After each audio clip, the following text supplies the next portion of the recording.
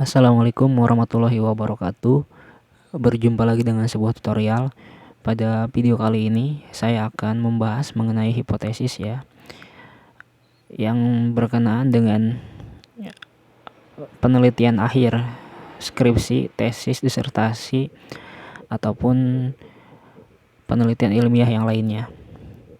Nah, pada kesempatan kali ini saya akan mencoba menjelaskan mengenai bagaimana caranya memperbaiki hipotesis di aplikasi statistik Smart PLS ya, yang tadinya dia hijau, yang tadinya dia merah ya, atau tidak berpengaruh signifikan, menjadi kita buat berpengaruh signifikan.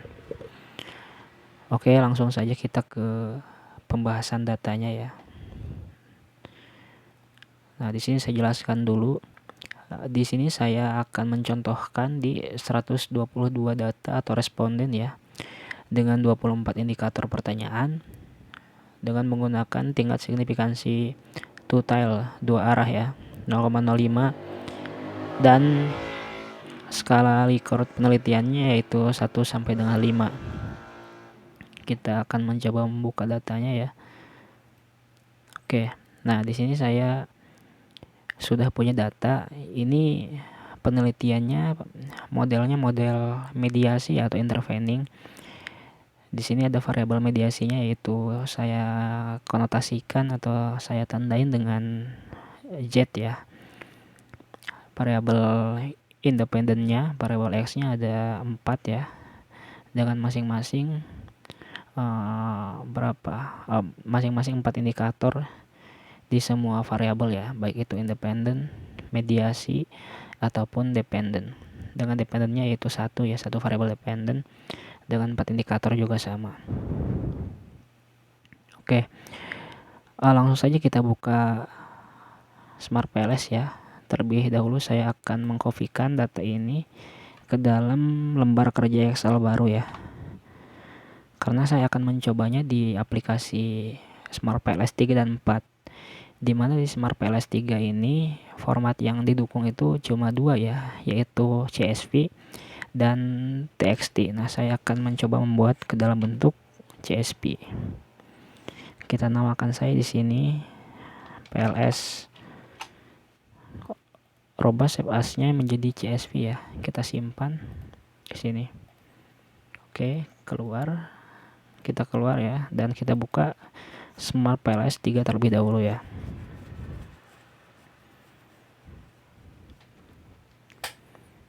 Nah, oke teman-teman, kebetulan saya sudah punya ya di sini lembar kerja di Smart PLS 3-nya, karena supaya mempersingkat waktu saja. Kalau teman-teman mulai dari awal ya sangat gampang sekali ya. Tinggal new project, masukkan data ya. Saya akan masukkan datanya. Di sini saya data yang sudah saya buat tadi ya, open, kemudian oke.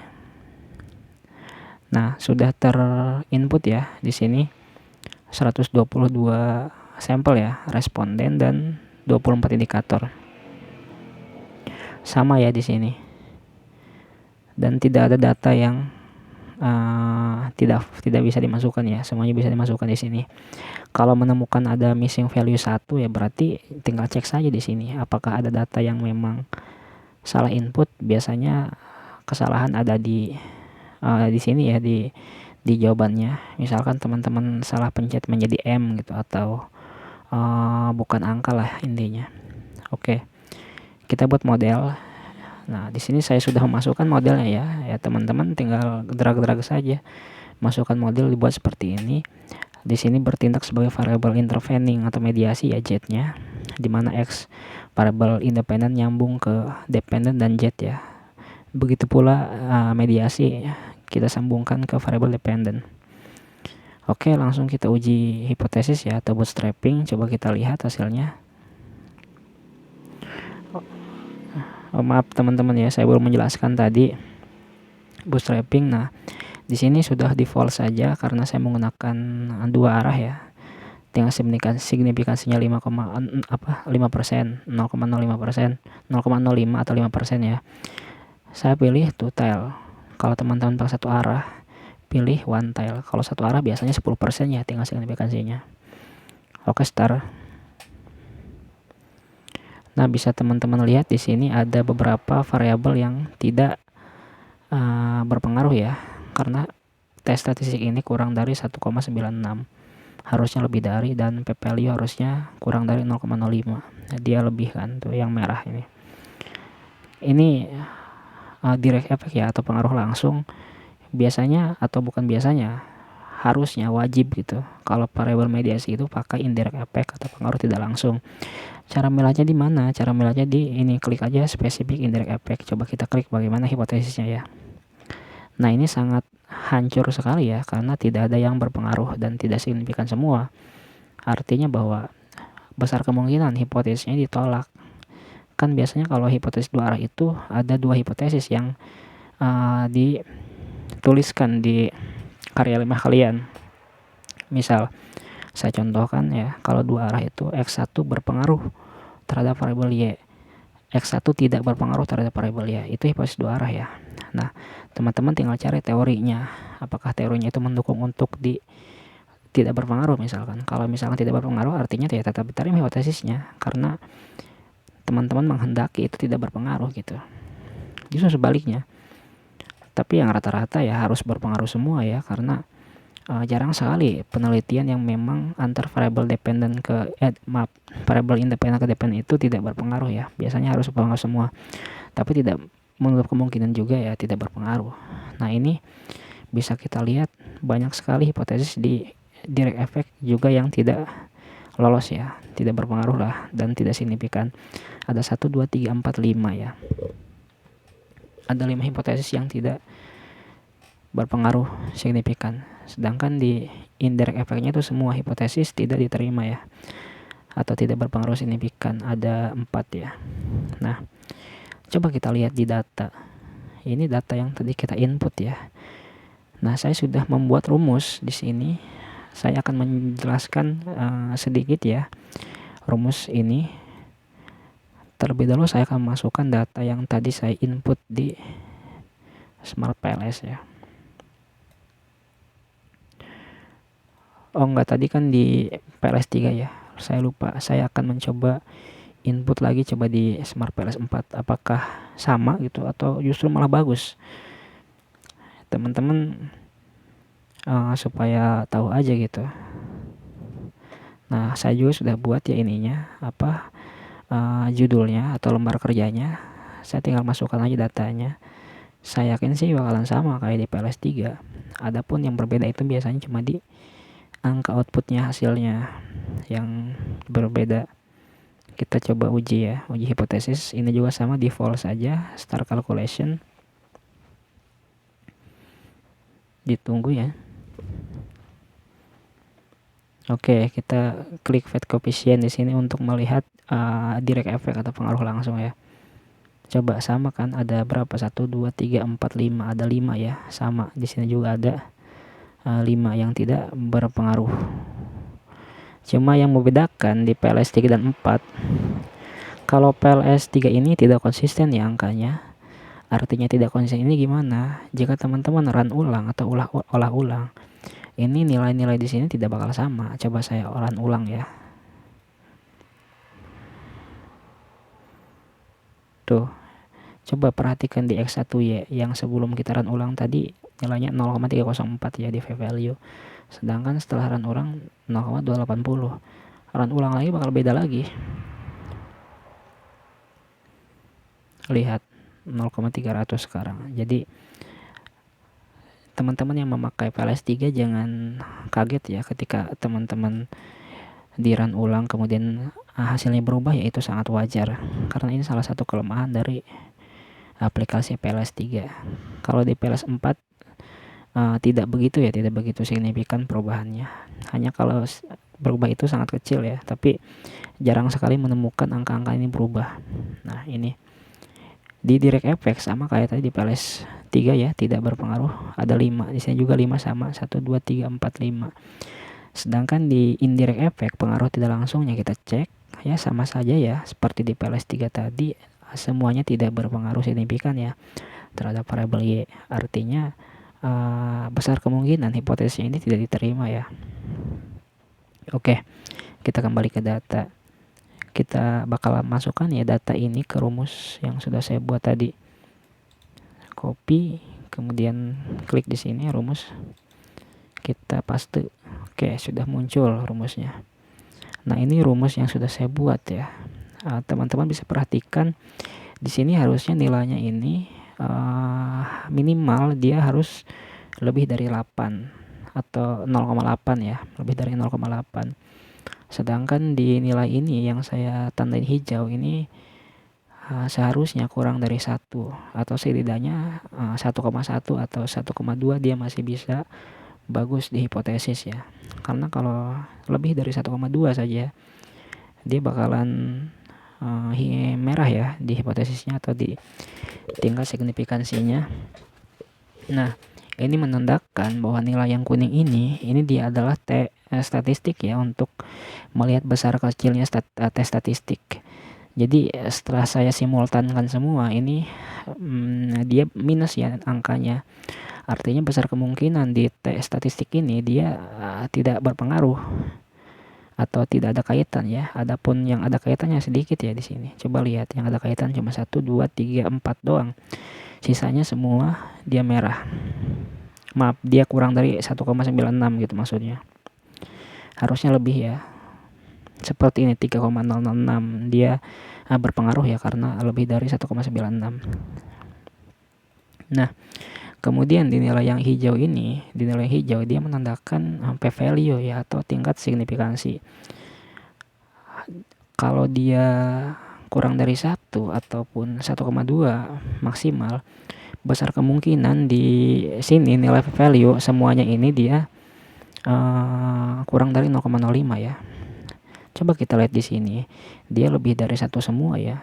Bahkan ada yang 1,433 di sini, yang besar sekali gitu. Sekali lagi ini sudah saya simultankan semua ya, bukan satu-satu gitu. Ini sudah saya simultankan. Oke. Cara merubahnya gimana? Sebetulnya ada beberapa cara ya. Cara yang pertama mungkin teman-teman bisa ubah-ubah jumlah respondennya. Di sini misal saya 122 responden ya, teman-teman bisa tambahkan 50 lagi. Misalnya jadi 172 responden ya. Coba kemudian ulang. Apabila ada autoloading hijau merah, teman-teman tinggal dihapus ya atau di drop. Nah, kemudian teman-teman juga bisa menambah atau mengurangi jumlah variabel. Ada kalanya di variabel independen ini teman-teman kebanyakan ya variabel independennya, karena ini bisa berpengaruh sekali terhadap hasil penelitian gitu. Kemudian selanjutnya bisa tambah variabel. Bisa juga jika variabel independen teman-teman ini sangat sedikit, misal cuma 2, coba teman-teman tambah 1. Tapi yang saya tekankan yang berpengaruh kuat terhadap hipotesis ini adalah yang pertama, yang paling utama adalah jumlah responden ya. Biasanya semakin besar jumlah responden, maka semakin besar pula peluang hipotesis teman-teman ini hijau semua gitu. Nah, bisa juga diacak-acak ya datanya gitu, nyari yang pas. Nah, oke, saya contohkan, saya sudah punya data yang sudah oke lah gitu, intinya sudah bagus. Coba kita masukkan ke rumus ya. Apakah sesuai dengan rumus yang sudah saya buat? Kita copy, kita ke rumus ya. Paste. Oke, kita coba lihat di sini. Nah, bisa dilihat ya. Nilai dari tes statistiknya ini dia lebih dari 0,8 ya. Ini harusnya 0,8 bukan 8. Maaf, saya salah. Nah, ini harusnya lebih dari 0,8 ya. Di sini dilihat dia nilainya 0,979 ya. Dia udah sangat besar sekali. Saya yakin di tes statistik ini sudah memenuhi kriteria ya, yaitu 1,96. Oke, selanjutnya di p-value coba kita lihat. Tadi saya bilang maksimal ini dia 2 ya nilainya. Ya paling bagus itu kurang dari 1, itu yang paling sangat bagus sekali.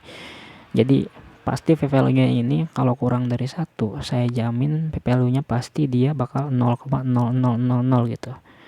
Ngerti gak maksudnya? Jadi kalau dia kurang dari 1, dia bakal di p-value-nya ini semuanya 0,0000 gitu. jadi kurang dari 0,5 udah lolos. Sedangkan kalau kita sudah datanya sudah dibagusin kemudian hasilnya ini masih di atas 1, ini masih bisa toleransi karena saya yakin v-value ini bakal hijau juga karena dia tidak menyentuh angka 2. Oke, coba kita cek ya apakah sudah bagus. Kita kopikan juga data yang sudah bagus ini ke lembar kerja tadi PLS. Oke, paste, save ya. Kemudian kita buka PLS 3 terlebih dahulu, hapus. Oke, double klik PLS. Oke, kita uji hipotesis secara default saja, start. Oke, coba bisa teman-teman lihat. Nah, ini udah sangat bagus sekali di direct effect ya, atau pengaruh langsung. Coba kita cek pengaruh tidak langsungnya apakah sudah bagus juga. Coba kita teman-teman lihat, pengaruh tidak langsungnya juga lolos semua ya. T statistik dia lebih dari 1,96 semua, p-value-nya ini kurang dari 0,05 semua. Di sini juga sama, di sini juga sama ya.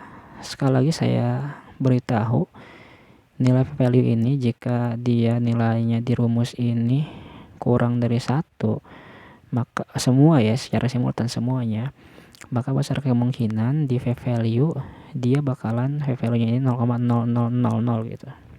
Artinya lebih bagus ya. Seperti ini nih contohnya, seperti yang ini X1Y, dia kan 0,0000 gitu. Kita cek di Smart PLS 4 apakah sama juga hasilnya bakal bagus. Ya jelas sama lah, karena perbedaan PLS 3 dan 4 ini tidak jauh-jauh banget, cuma memperbaiki kekurangan aja.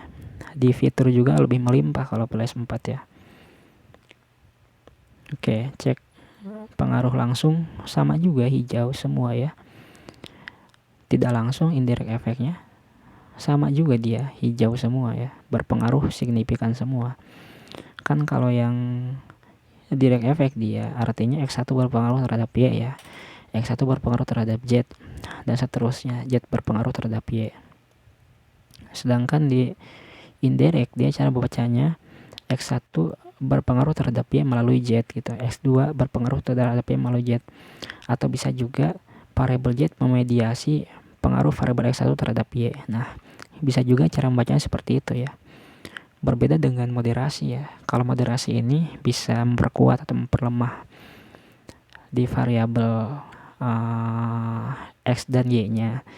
Dilihat dari memperlemah memperkuatnya ini biasanya di original sampelnya harus minus nilainya. Minus artinya memperlemah, sedangkan plus itu memperkuat. Sedangkan kalau variabel regresi sederhana berganda dan intervening mediasi, apabila original sampelnya ini minus, sedangkan dinilai v-value dan tes statistiknya memenuhi, artinya X1 misalkan di sini minus ya, berpengaruh negatif terhadap Y gitu. Itu cara membacanya. Oke, mungkin itu saja teman-teman, sekilas mengenai pembahasan hipotesis dari saya. Kurang dan lebihnya mohon maaf.